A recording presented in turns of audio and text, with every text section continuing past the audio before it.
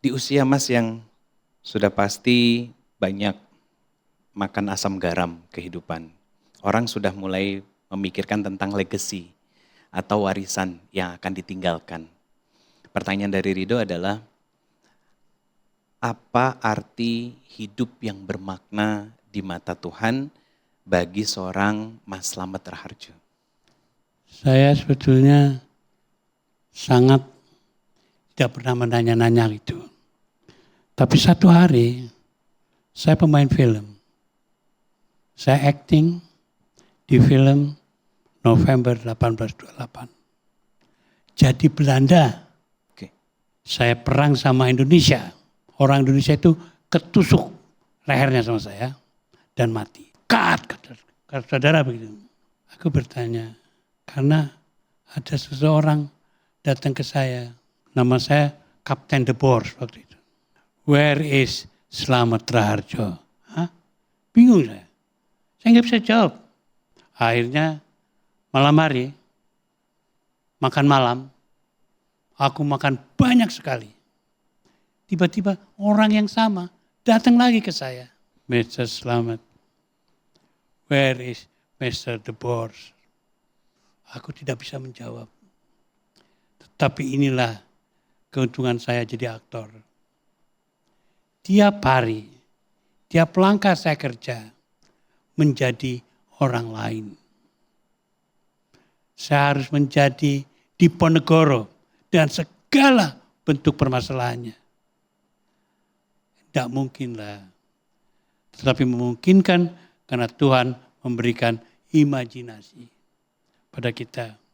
Rido ingat, kalau nggak salah beberapa waktu yang lalu, Mas sempat diuji sama Allah dengan sakit. Oh iya. Bahkan pernah patah tulang juga. Ya, di sekitar sini ya. Selangkah bagian kaki. Ya, kanan. Oh, kaki sebelah kanan. Gimana perasaannya waktu itu, Mas? Ketika dikasih ujian seperti itu sama Allah Subhanahu wa taala berupa sakit. Gak bisa sakit ini biasa lah. Gak bisa ngomong. Susah sekali bicara.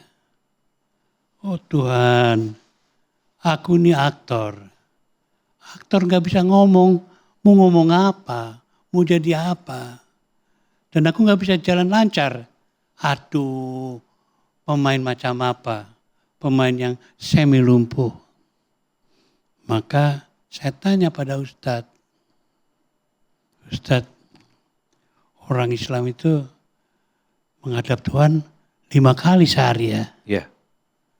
Itu sebetulnya dari 5 kali dia sembahyang itu pasti ada surat yang penting yang harus dia baca. Ya.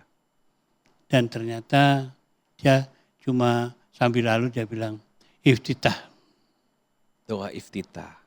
Itu harus saya baca. Yang Allahumma bait baini atau Allahu Akbar kabira? Allahu Akbar kabira. Jadi dengan demikian, apapun namanya, kita harus bisa memberikan makna pada hidup kita. Maknanya antara lain, ketika saya bermain jadi Kapten De Boers itu, Ya. wartawan itu bertanya, Mr. Slamet, where is the Boers? Ketika saya makan malam, Mr. Slamet, where is Mr. Slamet? Aku sama De Boers kenapa dijadikan satu? Disitulah pengalaman saya sebagai aktor menjadi orang lain setiap waktu, setiap saya bekerja. Dan menjadi orang lain ternyata sangat berat. Karena kita memberikan semua jiwa raga kita untuk menjadi orang lain itu dan sempurna. Dan ternyata panitia FFI memberikan berkah pada saya. Alhamdulillah. Setiap saya main, sebagian besar saya dapat citra. Alhamdulillah. Saya dapat best aktor. Karena meyakinkan itu katanya. Masya Allah. Ini mundur sedikit nih, Mas Slamet. Tentang doa iftitah. Apa? Tentang doa iftitah. Ya. Yang menguatkan Mas Slamet ketika diuji sakit saat itu. Di bagian apa dari doa iftitah itu yang membuat Mas Slamet itu bangkit dan menjadi kuat? Aku cuma berpikir sederhana aja. Setelah iftitah, aku diperkenankan mengucapkan Allahu Akbar dengan dada terbuka. Rupanya ini Assalamualaikumnya yang jelas untuk masuk ke satu hal yang luar biasa. Doa iftitah bagi saya adalah ketuk pintu yang luar biasa. Jadi Allahu Akbar kabiro, walhamdulillah katsiro, itu rupanya merupakan Assalamualaikum. Jadi seperti sebuah sentuhan kasih sayang dan cinta dari Allah. Ya, Mas ya? kalau kita tidak Assalamualaikum nggak bisa masuk, Pak. Betul.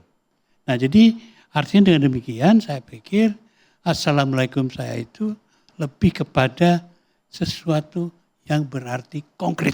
Oke. Tidak hanya ucapan. Iya. Agama itu bukan ucapan. Agama itu tindakan. Sehingga dengan demikian saya lihat bahwa surah itu ternyata memberi makna pada saya bahwa semua itu ada penciptanya. Masya Allah. Ini pemaknaannya dalam dari apa yang beliau sampaikan, bahwa semua ada yang ngatur, semua ada yang punya, semua ada yang memiliki, kita hanya ketitipan kehidupan kita sebentar. Maka betul kalimat inna salati wa nusuki wa mahyaya wa mahmati itu harusnya betul-betul menghujam dalam jiwa kita. Sebagai seorang hamba di hadapan Allah, biar nggak salah fokus hidupnya. Banyak dari kita yang cuman hanya sekedar ngejar dunia, tapi akhirnya lupa dengan akhiratnya. Ya. Sahabat jiwa yang dirahmati Allah Subhanahu Wa Taala, sebelum saya lanjut untuk ngobrol lebih dalam lagi dengan Mas Slamet Raharjo, sudah hadir di tengah-tengah kita asisten beliau yang sudah belasan tahun mendampingi, menemani perjalanan hidup dari seorang Mas Slamet Raharjo. Assalamualaikum Mbak. Waalaikumsalam warahmatullahi wabarakatuh. Alhamdulillah. Ustaz. Dengan siapa Mbak? Boleh dengan berkenalan? Mila. Mbak Mila. Iya. Sudah Zamilia, Jamilia. namanya? Zamilia. Ya, nama Zamilia. panjangnya Zamilia, panggilannya Mila, Ustaz. Sudah berapa lama menemani Mas Slamet? Saya sudah kenal Pak Slamet dari 2007, Mm-mm. tapi dekat dan mengurusi beliau dari 15 tahun yang lalu lah. Oke. Apa yang berubah selama kurang lebih 17 tahun mendampingi beliau dari seorang Slamet Raharjo yang dulu dengan Slamet Raharjo yang sekarang? Boleh ceritakan, Mbak? Ya, kalau pada dasarnya selama saya mengenal dari awal dan sampai saat ini yang paling konsisten adalah Bapak itu orang yang sangat rendah hati dan selalu baik sama orang gitu, humanis banget gitu. Dan semakin kesini memang lebih spiritualnya mungkin semakin meningkat ya, mungkin semakin umur gitu. Dan kita selalu apapun yang kita lakukan di sanggar, pertunjukan dan semuanya itu pasti Bapak selalu kita harus berdoa dulu sebelum mulai gitu. Jadi benar-benar apapun yang kita lakukan emang kita harus mengingat bahwa Tuhan itu yang ngatur semuanya gitu. Masya Allah. Ini kan di beberapa film-filmnya beliau kan terkenal dengan sosok yang tegas, ya kan? Apakah itu juga hadir dalam kehidupan beliau? Terlebih secara kisah yang beliau sampaikan, ayahnya adalah seorang tentara, ya kan? Ya pasti punya pendidikan khasnya gitu kan, sehingga membentuk karakter beliau yang seperti di kebanyakan filmnya. Apakah itu juga hadir dalam kehidupan sehari-harinya? Ya, kalau udah kerja itu udah galak, tegas. Oh, profesional. Tapi kalau di luar itu semua orang bilang, Bapak ternyata lucu ya, baik ya gitu sama orang-orang. Tapi pada saat masuk ke kerja memang beliau menjadi seorang yang emang sangat komit, konsisten, dan tegas. Apa nasihat paling besar yang pernah beliau sampaikan sebagai seorang The Living Legend lewat Mbak tentang apapun? Itu bisa jadi nasihat buat kita juga sebagai generasi muda. Kalau yang paling penting beliau itu sangat komit dengan apa yang dikerjakan, sangat konsisten karena sudah 50 tahun lebih berkarya. Tapi untuk saya pribadi pada saat saya waktu itu ada masalah, yang beliau ingatkan adalah untuk berzikir la ilaha illallahul hayyul qayyum wa atubu ilaihi. Dan itu sampai sekarang kalau saya ada apa-apa saya selalu baca itu. Jadi beliau udah saya anggap kayak bapak saya karena pada saat beliau kenal saya, itu kebetulan di tahun itu juga bapak saya meninggal. Jadi saya pikir ini mungkin jalan Tuhan, kita nggak pernah tahu gitu. Kalau mungkin pengganti bapak saya saat ini adalah Pak Slamet gitu. Masya Allah, tabarakallah. Ini kisah luar biasa, Mas Slamet. Baik, Kebetulan.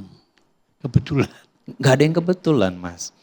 Semua dengan taufik dan rahmat dari Allah Subhanahu Wa Taala. Justru malah kisah hidup beliau, kalau kita gali lebih dalam lagi dari apa kalimat yang beliau sampaikan, itu sebetulnya penuh makna loh, sahabat jiwa semuanya. Tentang penghambaan diri kita. Kayak contoh sederhana tentang kaki yang sakit, itu kan.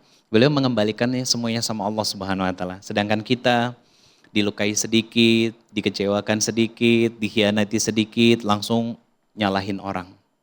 Langsung membalas keburukan orang lain. Dan ini jadi pelajaran. Sebetulnya kita tuh mau nyari ridho Allah atau pengen jadi hamba dari hawa nafsu diri kita. Silakan terus untuk sibuk menjadi muslimah dan muslimin yang solih dan solihah. Ya, jangan sibuk mencari.